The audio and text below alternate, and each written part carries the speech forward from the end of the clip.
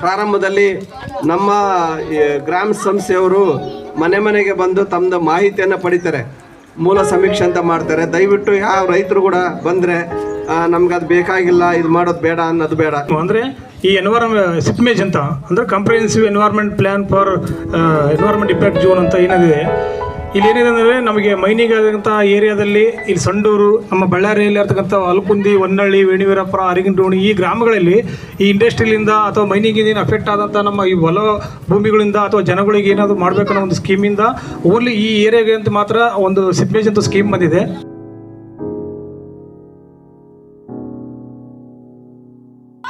ಬೆಳೆ ಚೆನ್ನಾಗಿ ಬರ್ತಾ ಇಲ್ಲ ಅಂತ ಹೇಳ್ತಿದ್ದೀರಾ.